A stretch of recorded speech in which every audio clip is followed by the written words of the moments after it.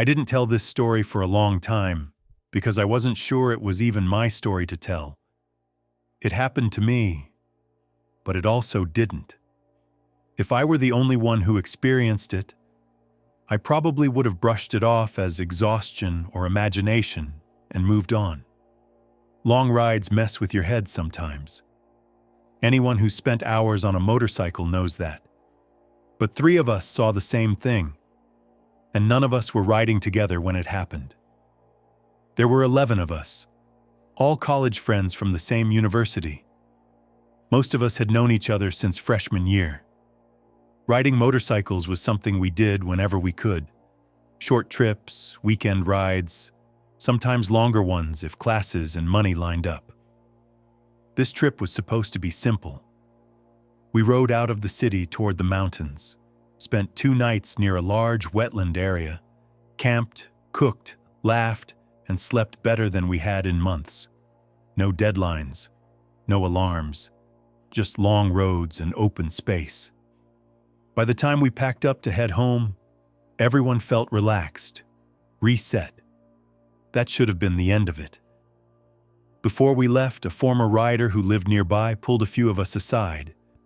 He was older than us, calm, not the kind of guy who exaggerated or told ghost stories for attention. "Be careful on the highway," he said. "If someone tries to flag you down, don't stop unless it's law enforcement. Doesn't matter how urgent it looks." Someone asked why. He shrugged. "People do dumb things out there. Keep your eyes open. Ride alert." That was it. No explanation, no drama, just advice. The ride back started easy. Clear skies, dry pavement, long stretches of highway cutting through farmland. Traffic wasn't heavy, but cars were moving fast enough that crossing on foot would have made no sense. I was riding in the middle of the group, keeping a steady distance. That's when I noticed a man stepping onto the road. He was crossing the highway from left to right, not running, not hesitating, just walking straight across traffic. He was holding something long in one hand, maybe a stick, maybe a tool. I couldn't tell its speed.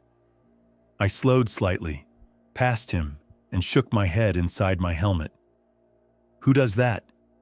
Highways aren't back roads. You don't just cross them like sidewalks. I remember feeling irritated more than anything. Then I focused back on riding. A few miles later, we reached a long bridge. No shoulder, no pedestrian walkway, just guardrails and open water on both sides. As I rolled onto the bridge, my stomach tightened. The same man was already there, crossing, on the bridge. I passed him again, closer this time, and instinctively glanced to both sides. There were no service walkways, no maintenance stairs, no platforms, nothing but guardrails and water. I checked my mirrors after I passed him. He was gone. No splash, no movement, nothing. That's when the unease started. After the bridge, I stopped letting my mind wander. I kept scanning the road ahead, watching the shoulders, checking my mirrors more than necessary. A few minutes later, everything went wrong at once. I felt a sharp jolt under my tires. Ahead of me, 3 bikes slowed abruptly and pulled over. Flat tires, almost back to back. We regrouped a little farther up the road. 2 of the guys up front looked shaken. They said they'd hit an animal, a coyote, low to the ground and fast. It had darted across the road without warning and disappeared just as quickly. By the time anyone processed what happened, it was already gone. We fixed what we could on the shoulder. No one joked. The mood had shifted. We got back on the highway, riding closer together. Less space between bikes, less talking. About 10 minutes later, it happened again. This time, there was no warning, no crossing, no distance. The man was suddenly right in front of me. I don't remember braking. I don't remember swerving. What I remember is the sensation of weight, like someone had suddenly sat down behind me. My backpack tightened violently, as if something had grabbed it and pulled. My balance disappeared.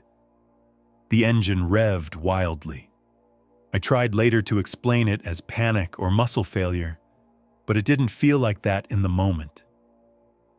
Then the road came up fast. I came to on the shoulder with my helmet still on. Pain hit first. My shoulder, my leg, my hands.